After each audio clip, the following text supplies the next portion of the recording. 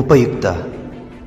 ಇದು ಕಲಿಕೆಯ ಸಾಗರ, ಕಲಿಯುವ ಮನಸ್ಸಿಗೆ ಆಧಾರ, ಕಲಿಯುತ್ತ ನಲಿಯುವ ತಾಯಿ ನುಡಿಯ ಎಂಬಂತೆ ಎಲ್ಲ ಕುಲಕೋಟಿ ಕನ್ನಡಿಗರ ಪಾದಾರವಿಂದಕ್ಕೆ ಶರಣಾಗಿ ಕನ್ನಡ ಭಾಷೆಯನ್ನು ಕಲಿಯುವ ವಿದ್ಯಾರ್ಥಿಗಳಿಗೆ ಹಾಗೂ ಶಿಕ್ಷಕರಿಗೆ ಉಪಯೋಗವಾಗಲೆಂದು ಸಿದ್ಧಪಡಿಸಿರುವ ಒಂದು ಮಾಧ್ಯಮವೇ ಈ ಉಪಯುಕ್ತ.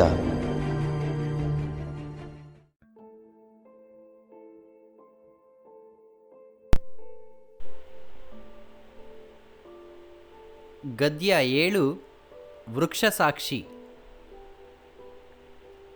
ಬರೆದವರು ದುರ್ಗಸಿಂಹ. ಆರಿಸಿದ ಭಾಗ ಕರ್ನಾಟಕ ಪಂಚತಂತ್ರಂ.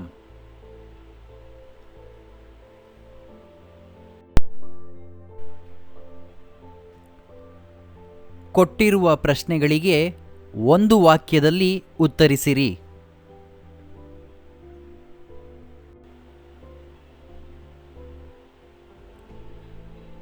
ವೃಕ್ಷಸಾಕ್ಷಿ ಕಥೆಯನ್ನು ಯಾವ ಕೃತಿಯಿಂದ ಆರಿಸಲಾಗಿದೆ? ದುರ್ಗಸಿಂಹ ಕವಿಯ ಕರ್ನಾಟಕ ಪಂಚತಂತ್ರ ಕೃತಿಯಿಂದ ವೃಕ್ಷಸಾಕ್ಷಿ ಕಥೆಯನ್ನು ಆರಿಸಲಾಗಿದೆ. ದುಷ್ಟಬುದ್ಧಿಯು ಧರ್ಮಬುದ್ಧಿಯ ಮೇಲೆ ಯಾವ ಆರೋಪವನ್ನು ಹೊರಿಸಿದನು?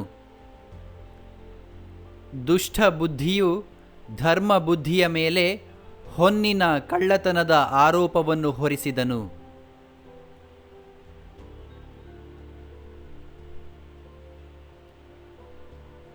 ಧರ್ಮಾಧಿಕರಣರು ಏಕೆ ವಿಸ್ಮಯ ಹೊಂದಿದರು?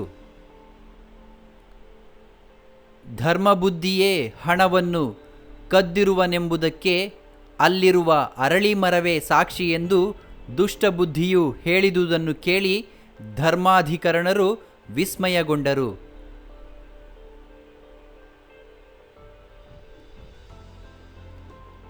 ಧರ್ಮಬುದ್ಧಿಯು ತನ್ನ ಬೆಳಗಿನ ಹೊತ್ತನ್ನು ಹೇಗೆ ಕಳೆದನು? ಧರ್ಮಬುದ್ಧಿಯು ಬೆಳಗಿನ ವೇಳೆಯನ್ನು ದೇವರು, ಗುರುಗಳು, ದ್ವಿಜರ ಪೂಜೆಯನ್ನು ಮಾಡುತ್ತಾ ಕಳೆದನು.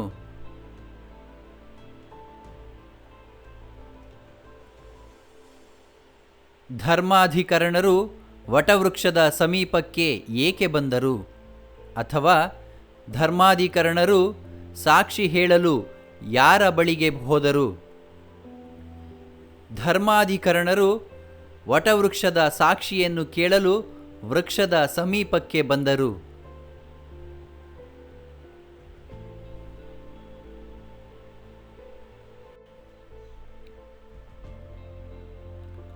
ಕೊಟ್ಟಿರುವ ಪ್ರಶ್ನೆಗಳಿಗೆ 3-4 ವಾಕ್ಯಗಳಲ್ಲಿ ಉತ್ತರಿಸಿರಿ.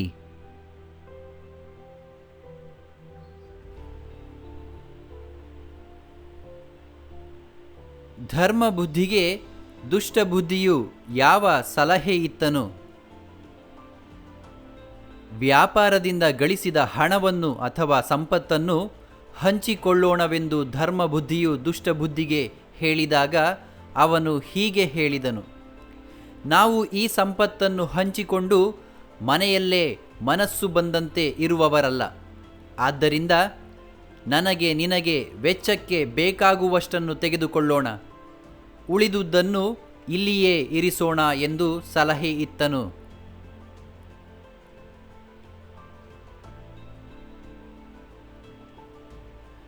ದುಷ್ಟಬುದ್ಧಿಯು ತನ್ನ ತಂದೆಗೆ ಏಕಾಂತದಲ್ಲಿ ಏನೆಂದು ಹೇಳಿದನು? ದುಷ್ಟಬುದ್ಧಿಯು ತನ್ನ ತಂದೆಯನ್ನು ಏಕಾಂತಕ್ಕೆ ಕರೆದುಕೊಂಡು ಅದುವರೆಗೆ ನಡೆದ ಎಲ್ಲ ವಿಚಾರಗಳನ್ನು ಅವನಿಗೆ ತಿಳಿಯುವಂತೆ ಹೇಳಿದನು. ನಿಮ್ಮ ಒಂದು ಮಾತಿನಿಂದ ನಮ್ಮ ಮನೆಯವರೆಲ್ಲರೂ ಹಲವು ಕಾಲ ಹಸಿದಿರದೆ ಊಟ ಮಾಡಿ ಜೀವಿಸುವಷ್ಟು ಸಂಪತ್ತು ಲಭಿಸುತ್ತದೆ. ನೀವು ಆ ಮರದ ಪೊಟರೆಯಲ್ಲಿ ಅಡಗಿದ್ದು ಧರ್ಮಬುದ್ಧಿಯೇ ಹಣವನ್ನು ತೆಗೆದುಕೊಂಡು ಹೋದನೆಂದು ಹೇಳಿ ಎಂದು ದುಷ್ಟಬುದ್ಧಿಯು ತಂದೆಗೆ ಹೇಳಿದನು.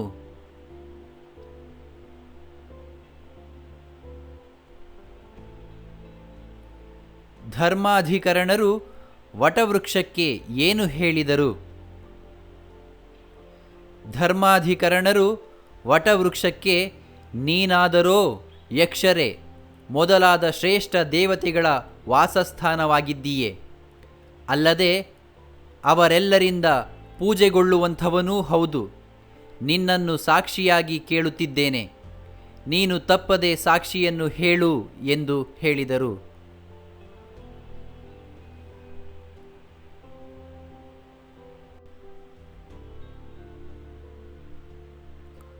ಕೊಟ್ಟಿರುವ ಪ್ರಶ್ನೆಗಳಿಗೆ 8-10 ವಾಕ್ಯಗಳಲ್ಲಿ ಉತ್ತರಿಸಿರಿ.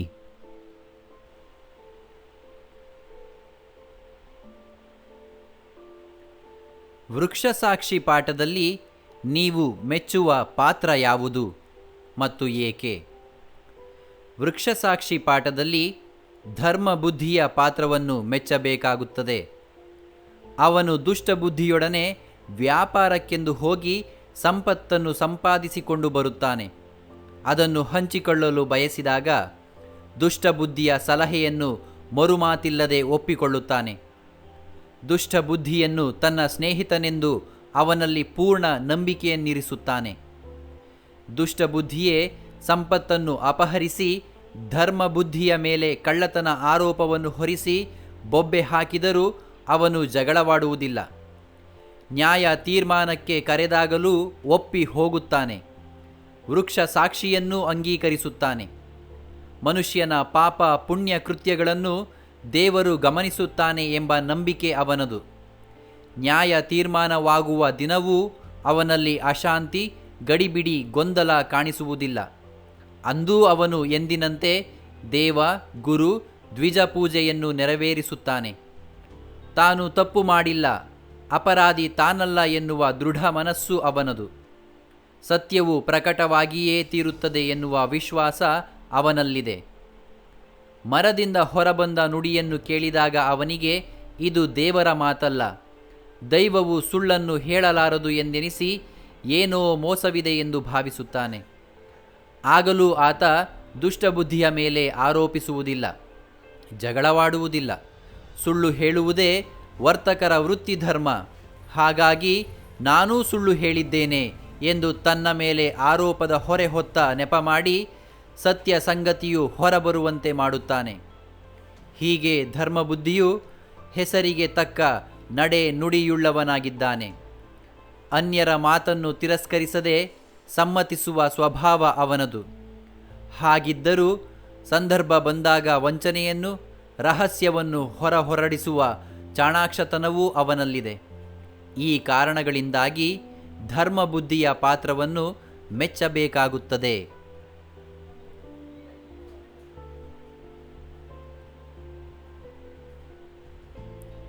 ದುಷ್ಟಬುದ್ಧಿಯ ತಂತ್ರ ಅವನಿಗೆ ತಿರುಗುಬಾಣವಾದ ಬಗೆಯನ್ನು ತಿಳಿಸಿ.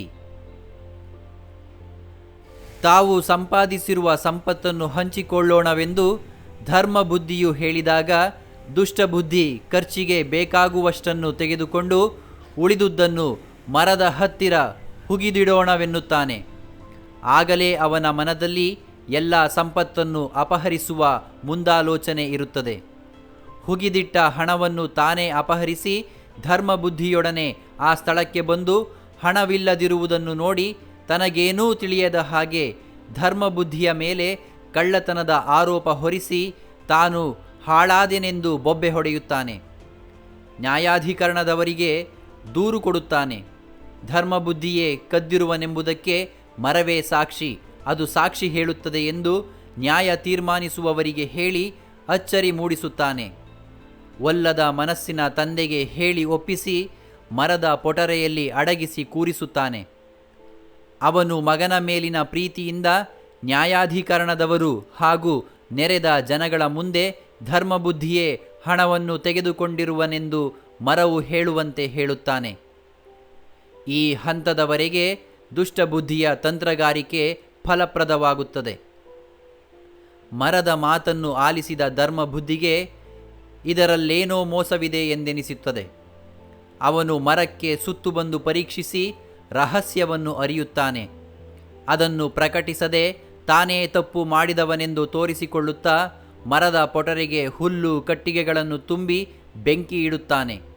ಆಗ ಅದರೊಳಗೆ ಅಡಗಿದ್ದ ದುಷ್ಟಬುದ್ಧಿಯ ತಂದೆ ಕೂಗಿಕೊಳ್ಳುತ್ತಾ ಪೊಟರೆಯಿಂದ ಹೊರಗೆ ಉರುಳಿ ಸಾಯುತ್ತಾನೆ. ದುಷ್ಟಬುದ್ಧಿಯು ತಂದೆಯನ್ನು ಕಳೆದುಕೊಳ್ಳುತ್ತಾನೆ. ದುಷ್ಟಬುದ್ಧಿಯೇ ಅಪರಾಧಿ ಎನ್ನುವುದು ನ್ಯಾಯಾಧಿಕರಣರಿಗಷ್ಟಲ್ಲದೆ ನೆರೆದ ಜನಸಮೂಹಕ್ಕೂ ಗೊತ್ತಾಗುತ್ತದೆ. ಧರ್ಮಬುದ್ಧಿಯ ಸಮಯ ಸ್ಫೂರ್ತಿಯಿಂದ ಅವನ ವಿರುದ್ಧವಾಗಿ ಮಾಡಿದ ದುಷ್ಟಬುದ್ಧಿಯ ತಂತ್ರಗಾರಿಕೆ ಅವನಿಗೆ ತಿರುಗುಬಾಣವಾಗಿ ಪರಿಣಮಿಸುತ್ತದೆ.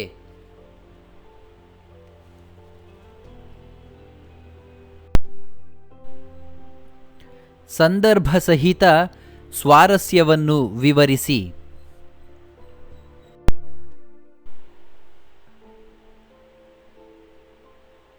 ಪೊನ್ನ ನೆಲ್ಲಮಂ ನೀನೇ ಕೊಂಡೆ.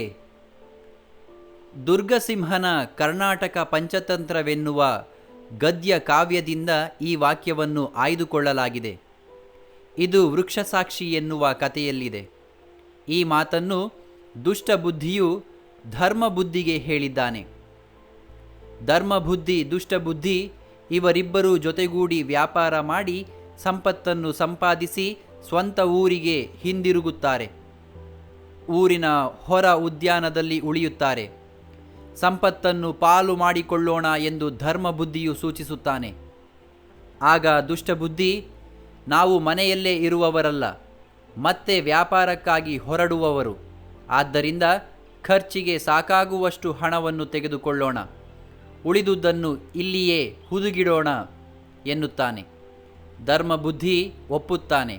ಅದರಂತೆ ವೆಚ್ಚಕ್ಕೆ ಬೇಕಾದಷ್ಟನ್ನು ತೆಗೆದುಕೊಂಡು ಉಳಿದುದನ್ನು ಅಲ್ಲಿಯೇ ಒಂದು ದೊಡ್ಡ ಅರಳಿ ಮರದ ಹತ್ತಿರ ಹುಗಿದಿಡುತ್ತಾರೆ.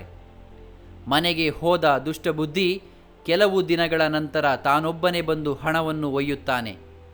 ಆಮೇಲೆ ಧರ್ಮಬುದ್ಧಿಯ ಹತ್ತಿರ ಬಂದು, ವೆಚ್ಚಕ್ಕೆ ಹಣ ಬೇಕು, ಸಂಪತ್ತನ್ನು ಹುಗಿದಿರುವಲ್ಲಿಗೆ ಹೋಗೋಣ ಬಾ ಎಂದು ಕರೆಯುತ್ತಾನೆ. ಬಂದು ನೋಡಿದಾಗ ಅಲ್ಲಿ ಹಣವಿರುವುದಿಲ್ಲ. ಗಾಬರಿಗೊಂಡವನಂತೆ, ಎಲ್ಲವನ್ನು ಕಳೆದುಕೊಂಡವನಂತೆ ತೋರಿಸಿಕೊಳ್ಳುತ್ತಾ ದುಷ್ಟಬುದ್ಧಿಯು ಧರ್ಮಬುದ್ಧಿಗೆ ಹಣವನ್ನೆಲ್ಲವನ್ನೂ ನೀನೇ ತೆಗೆದುಕೊಂಡಿದ್ದೀಯೇ ಎಂದು ಆರೋಪಿಸುತ್ತಾನೆ. ಮೋಸಗಾರರ ನಡೆ ನುಡಿಗಳನ್ನು ಇಲ್ಲಿ ಈ ವಾಕ್ಯದಲ್ಲಿ ಮನಮುಟ್ಟುವಂತೆ ಚಿತ್ರಿಸಲಾಗಿದೆ.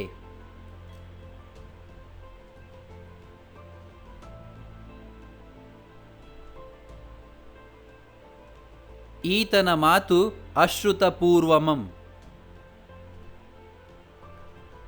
ದುರ್ಗಸಿಂಹನ ಕರ್ನಾಟಕ ಪಂಚತಂತ್ರದಿಂದ ಆಯ್ದ ವೃಕ್ಷ ಸಾಕ್ಷಿ ಕಥೆಯಿಂದ ಈ ವಾಕ್ಯವನ್ನು ಆರಿಸಲಾಗಿದೆ. ಧರ್ಮಾಧಿಕರಣದವರು ಹೇಳಿಕೊಳ್ಳುವ ಮಾತಿದು. ತಾವಿಬ್ಬರೂ ಒಟ್ಟಿಗೆ ಸಂಪಾದಿಸಿದ ಹಣವನ್ನು ಇಬ್ಬರೂ ಕೂಡಿ ಅರಳಿ ಮರದ ಹತ್ತಿರ ಹೂಳಿದ್ದೇವೆ. ಆ ಸಂಪತ್ತನ್ನೆಲ್ಲ ಧರ್ಮಬುದ್ಧಿಯೇ ತೆಗೆದುಕೊಂಡು ಹೋಗಿದ್ದಾನೆ ಎಂದು ದುಷ್ಟಬುದ್ಧಿಯು ಧರ್ಮಾಧಿಕರಣದವರ ಬಳಿ ದೂರು ಕೊಡುತ್ತಾನೆ. ಹಣವನ್ನಿರಿಸುವಾಗ ಧರ್ಮಬುದ್ಧಿ ಮತ್ತು ನಾನಲ್ಲದೆ ಅಲ್ಲಿ ಬೇರಾರೂ ಇರಲಿಲ್ಲ, ಅಲ್ಲಿದ್ದ ಮರವೇ ಅದಕ್ಕೆ ಸಾಕ್ಷಿ ಎನ್ನುತ್ತಾನೆ. ಮರವು ಸಾಕ್ಷಿ ನುಡಿಯುವುದೆಂಬುದನ್ನು ಹಿಂದೆಂದೂ ಕೇಳಿಲ್ಲ. ಇದೊಂದು ಅಚ್ಚರಿಯ ಸಂಗತಿ. ಅದನ್ನು ನೋಡೋಣವೆಂದು ಧರ್ಮಾಧಿಕರಣದವರು ಅಭಿಪ್ರಾಯಪಡುತ್ತಾರೆ. ದುಷ್ಟಬುದ್ಧಿಯ ಹೆಸರಿಗೆ ತಕ್ಕ ಹಾಗೆ ಅವನ ವಂಚನೆಯ ತಂತ್ರಗಾರಿಕೆಯ ಮುನ್ನೋಟದ ಕುರುಹನ್ನು ಇಲ್ಲಿಯೇ ಗುರುತಿಸಬಹುದಾಗಿದೆ.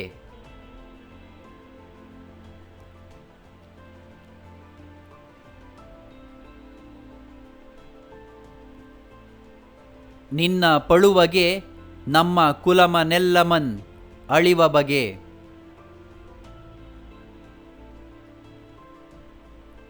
ದುರ್ಗಸಿಂಹ ಕವಿಯ ಕರ್ನಾಟಕ ಪಂಚತಂತ್ರದಿಂದ ಆಯ್ದ ವೃಕ್ಷಸಾಕ್ಷಿ ಕಥೆಯಲ್ಲಿ ಈ ಹೇಳಿಕೆ ಇದೆ. ಈ ಮಾತನ್ನು ದುಷ್ಟಬುದ್ಧಿಯ ತಂದೆ ದುಷ್ಟಬುದ್ಧಿಗೆ ಹೇಳುತ್ತಾನೆ. ಧರ್ಮಬುದ್ಧಿಯೇ ಸಂಪತ್ತನ್ನು ಅಪಹರಿಸಿದ್ದಾನೆ ಎಂಬುದಕ್ಕೆ ಮರವೇ ಸಾಕ್ಷಿಯಾಗಿದೆ ಎಂದು ದುಷ್ಟಬುದ್ಧಿ ಧರ್ಮಾಧಿಕರಣದವರಿಗೆ ಹೇಳುತ್ತಾನೆ. ಅವರಿಗೆ ಆಶ್ಚರ್ಯವಾದರೂ ಪರೀಕ್ಷಿಸಲು ಅವರು ಒಪ್ಪುತ್ತಾರೆ. ಮರುದಿನ ಅದನ್ನು ಕೇಳಿ ಜಗಳವನ್ನು ಬಗೆಹರಿಸಲು ನಿರ್ಧರಿಸುತ್ತಾರೆ. ಆಗ ಮನೆಗೆ ಬಂದ ದುಷ್ಟಬುದ್ಧಿಯು ತಂದೆಯನ್ನು ಯಾರೂ ಇರದ ಸ್ಥಳಕ್ಕೆ ಕರೆದೊಯ್ಯುತ್ತಾನೆ. ಅವರಿಗೆ ಆವರೆಗೆ ನಡೆದ ಘಟನೆಯೆಲ್ಲವನ್ನೂ ವಿವರಿಸುತ್ತಾನೆ. ನೀವು ಮರದ ಪೊಟರೆಯಲ್ಲಿ ಅಡಗಿ ಕುಳಿತು ಧರ್ಮ ಬುದ್ಧಿಯೇ ಹಣವನ್ನು ಒಯ್ದಿದ್ದಾನೆ ಎಂದು ಹೇಳಬೇಕು. ನಿಮ್ಮ ಈ ಒಂದು ಹೇಳಿಕೆಯಿಂದ ನಮ್ಮ ಮನೆಯವರೆಲ್ಲರೂ ಸುಖವಾಗಿ ಉಂಡು ಉಡುವಷ್ಟು ಸಂಪತ್ತು ಲಭಿಸುತ್ತದೆ ಎನ್ನುತ್ತಾನೆ. ಆಗ ಅವನ ತಂದೆ ಮೇಲಿನಂತೆ ಹೇಳಿದ್ದಾರೆ, ನಿನ್ನದು ಕೆಟ್ಟ ಬುದ್ಧಿ, ಇದು ನಮ್ಮ ವಂಶವನ್ನೇ ಹಾಳು ಮಾಡುವ ಯೋಜನೆಯಾಗಿದೆ ಎನ್ನುತ್ತಾನೆ. ದುಷ್ಟಬುದ್ಧಿಯ ತಂದೆಯಲ್ಲಿ ಸ್ವಲ್ಪ ವಿವೇಚನೆ, ಮಗನ ದುಷ್ಟ ಯೋಚನೆಯನ್ನು ಪರಿವರ್ತಿಸುವ ಮನೋಭಾವವಿದೆ ಎಂದು ಅವರ ಈ ಮಾತುಗಳು ಸೂಚಿಸುತ್ತಿವೆ.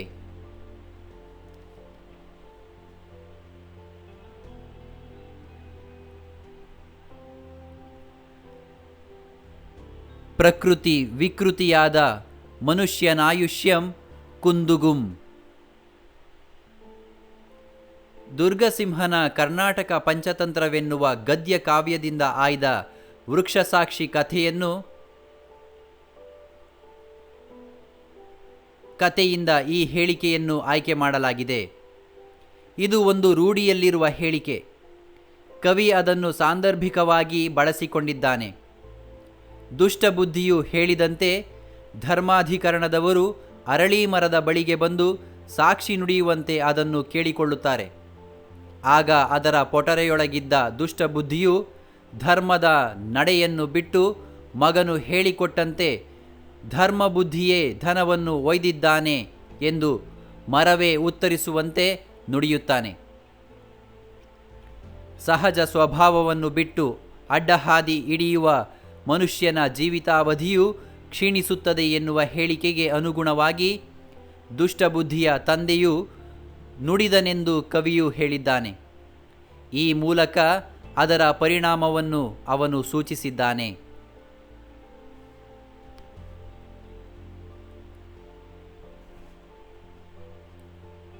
ಹುಸಿಯದ ಬೇಹಾರಿಯೇ ಇಲ್ಲ.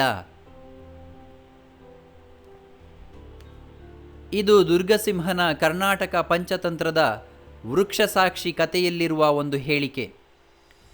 ಧರ್ಮಬುದ್ಧಿಯು ಧರ್ಮಾಧಿಕರಣರ ಮುಂದೆ ಹೀಗೆ ಹೇಳಿದ್ದಾನೆ, ತಾನು ಮಾಡದಿರುವ ತಪ್ಪನ್ನು ಮಾಡಿರುವನೆಂದು ವೃಕ್ಷವು ಸಾಕ್ಷಿ ಹೇಳಿದಾಗ ಧರ್ಮಬುದ್ಧಿಗೆ ಇಲ್ಲೇನೋ ಮೋಸವಿದೆ ಎನ್ನುವ ಸಂಶಯ ಉಂಟಾಗುತ್ತದೆ.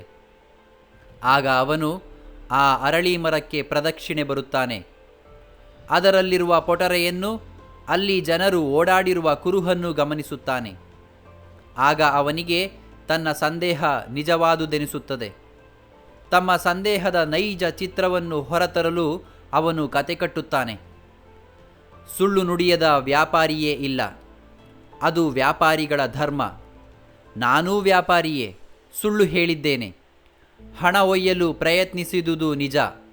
ಅದೀಗ ಮರದ ಪೊಟರೆಯಲ್ಲಿ ಹಾವಿನ ವಶದಲ್ಲಿದೆ. ಬೆಂಕಿ ಹಾಕಿ ಅದನ್ನು ಹೊರತಂದು ಹಣವನ್ನು ಒಪ್ಪಿಸುತ್ತೇನೆ ಎಂದು ಧರ್ಮಬುದ್ಧಿಯು ನ್ಯಾಯ ತೀರ್ಮಾನಿಸುವವರಿಗೆ ಹೇಳುತ್ತಾನೆ. ವ್ಯಾಪಾರ ಮಾಡುವುದು ಲಾಭಕ್ಕಾಗಿ. ಲಾಭ ಮಾಡಲು ಮೋಸ ಮಾಡಬೇಕು, ಮೋಸ ಮಾಡಲು ಸುಳ್ಳು ಹೇಳಬೇಕು ಎನ್ನುವ ವರ್ತಕರ ಸಹಜ ಸ್ವಭಾವವು ತಂತ್ರಕ್ಕೆ ಪ್ರತಿತಂತ್ರ ಹೂಡುವ ಧರ್ಮಬುದ್ಧಿಯ ನಿಶಿತಮತಿಯೂ ಇಲ್ಲಿ ವ್ಯಕ್ತವಾಗಿದೆ.